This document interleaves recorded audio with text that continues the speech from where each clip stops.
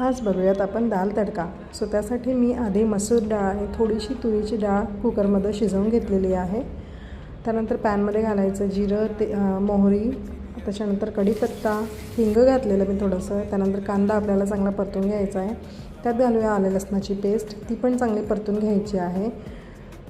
Already आपण यात मिरची घालणारच आहे, पण तरीही काश्मीरी लाल मिरची मी थोडीशी घालणार आहे, त्याने रंग जरा छान येतं म्हणून. सो त्यासाठी आधी मी इथे 2-3 हिरव्या मिरच्या कट करून घातलेल्या. सेम लाल मिरचीसुद्धा मी यात घातलेली आहे.